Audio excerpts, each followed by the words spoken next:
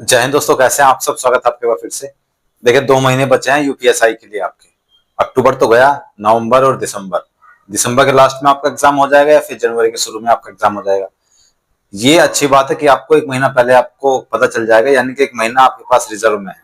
और ये जो टाइम चल रहा है ये बहुत बेस्ट और बहुत गोल्डन टाइम चल रहा है भाई साहब। अगर आपने 6 महीने से कुछ ज्यादा नहीं पढ़ा है ना, तो फिर भी आप इस टाइम को यूटिलाइज करके, जिसने जितना अच्छे से ये टाइम यूटिलाइज कर लिया वो उतना ही आगे निकल जाएगा। यही वो टाइम है जब ना आपको सब कुछ त्याग करके सिर्फ और सिर्फ पढ़ाई पे ध्यान देना चाहिए।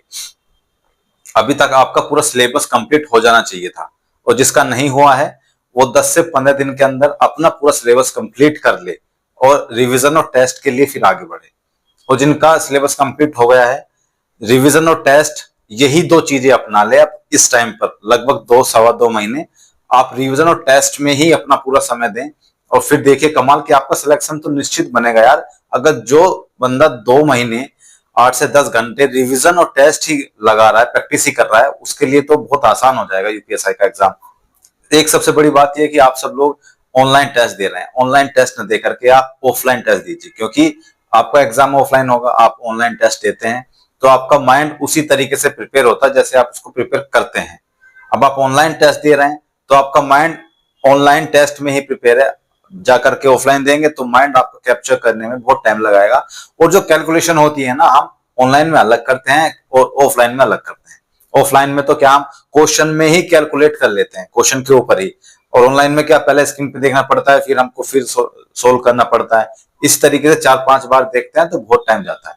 तो ऑफलाइन टेस्ट दीजिए। उसके लिए हमने एक टेस्ट सीरीज चलाई है। उसमें आपका चाहे इजी टेस्ट पेपर आ जाए, चाहे मॉडरेट आ जाए, चाहे हार्ड आ जाए, सभी टेस्ट के लिए आप बिल्कुल प्रिपेयर होंगे। चुनिंदा क्वेश्चंस को उसमें रखा गया है और बहुत अच्छे तरीके से बहुत सारी चीजों को उसमें संकलित किया गया है। हर एक टॉपिक को उसमें कवर किया गया है टेस्ट सीरीज में। उस टेस्ट सीरीज को लगाएंगे तो बहुत बेनिफिट आपको मिलेगा। उसमें 16 टेस्ट सीरीज का पूरा सेट है वो। आप इस नंबर पर हमें व्हाट्सअप कीजिए, आपको पूरी डिटेल वहां जाकर के मिल जाएगी। मेरा कहने का मतलब ये है कि आपको ऑफलाइन टेस्ट सीरीज ही लगानी चाहिए, चाहे आप कहीं से भी लगाएं।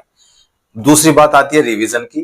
तो रिवीजन बहुत सारे लोग ऐसे करते हैं कि एक बार एक दिन में हमने एक सब्जेक्ट उठाया और उस एक सब्जेक्ट को हमने घोट करके पीने की कोशिश की। जैसे हमने मैथ उठा लिया तो मैथ 4 से 5 घंटे हम मैथ ही मैथ लगा रहे हैं। 5-6 टॉपिक हमने मैथ के कंप्लीट कर लिए, लेकिन बाकी जो भी सब्जेक्ट हैं उनको हम छोड़ देते हैं, भूल जाते हैं।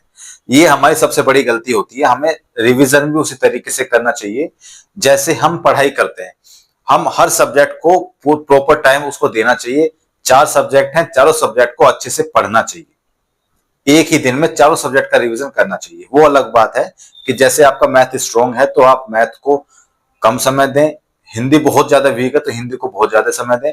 मतलब समय का एडजस्टमेंट आप अपने हिसाब से, अपने स्ट्रेंथ के हिसाब से कर सकते हैं। लेकिन मैं तो सजेस्ट आपको यही करूंगा कि मैथ और रीजनिंग एक ऐसी चीज है, आप जितनी प्रैक्टिस इसकी करेंगे आपका टाइम उतना ही कम लगेगा आपके एग्जाम में। यानी कि जितना पसीना आप अब प्रैक्टिस में बहाएंगे, आपका रण क्षेत्र में खून उतना ही कम बहेगा। वही वाली बात है। और मैथ और रीजनिंग आपको बहुत अच्छा मार्क दे करके जाएंगे अगर आपने इनकी बहुत बेहतर तरीके से तैयारी कर ली। और अगर आपने इनको छोड़ दिया या फिर 2-4 दिन प्रैक्टिस नहीं की तो फिर ये ना दिमाग से निकलना, स्लिप होना शुरू हो जाते हैं। तो इनको छोड़ना मत, बहुत अच्छे से इनकी प्रैक्टिस करना। अब प्रैक्टिस का भी एक तरीका ऐसे होता है कि चारों सब्जेक्ट तो आपको पढ़ने ही है, ठीक है। तो आपको प्रैक्टिस में डेली, जैसे आज आपको मैथ है तो मैथ में आज शुरू में ही आप लिख लीजिए उठते ही कि आज मुझे मैथ में ये वाले टॉपिक पढ़ने हैं, हिंदी में ये वाले टॉपिक पढ़ने हैं, जीएस में ये वाले टॉपिक पढ़ने हैं, रीजनिंग में पढ़ने हैं। आप ना कॉम्बिनेशन बनाइए। जीएस में भी कई सारे टॉपिक्स होते हैं, जैसे इकोलॉजी हो गया, आपका हिस्ट्री हो गया, पॉलिटी हो गया, एनवायरमेंट। देखो इकोलॉजी और एनवायरमेंट में आपको इसलिए याद दिला रहा हूँ क्योंकि यहाँ से भी कई क्वेश्चन बनते हैं। तो आपको 2-2 सब्जेक्ट का पंच बना लीजिए। आप ऐसा कर सकते हैं कि एक दिन में आप पॉलिटी और हिस्ट्री ये 2 सब्जेक्ट पढ़ेंगे, फिर अगले दिन जब रिवीजन करेंगे तो आप ज्योग्राफी और जो इन्वायरमेंट है वो पढ़ लेंगे। तो इस तरीके से आप अपना बंच बना लीजिए। करंट अफेयर्स भी आप उसमें ऐड कर सकते हैं।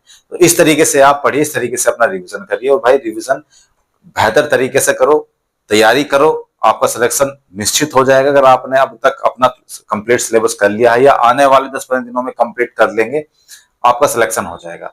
बस दूसरे लोगों से आगे आपको निकलना है अगर, तो दूसरे लोगों से ज्यादा पढ़ना पड़ेगा। और यही वो गोल्डन टाइम है जहां आपको सब कुछ त्याग करके सिर्फ और सिर्फ पढ़ाई में झुक जाना चाहिए, और एक कमरे को बंद करके उस कमरे में सिर्फ और सिर्फ आपकी किताबें और आप, बस इसके अलावा कुछ नहीं। बेहतर तरीके से तैयारी कर लोगे यार। 2-3 महीने बचे हैं, 2 सवा 2 महीने। इन 2 सवा 2 महीने का यही 2 सवा 2 महीने आपका फ्यूचर डिसाइड कर देंगे कि आपका फ्यूचर किस तरफ जाएगा। आप जैसे थे वैसे ही रहेंगे, या फिर आप बिल्कुल चेंज हो जाएंगे, बिल्कुल ऊपर चले जाएंगे यहाँ से।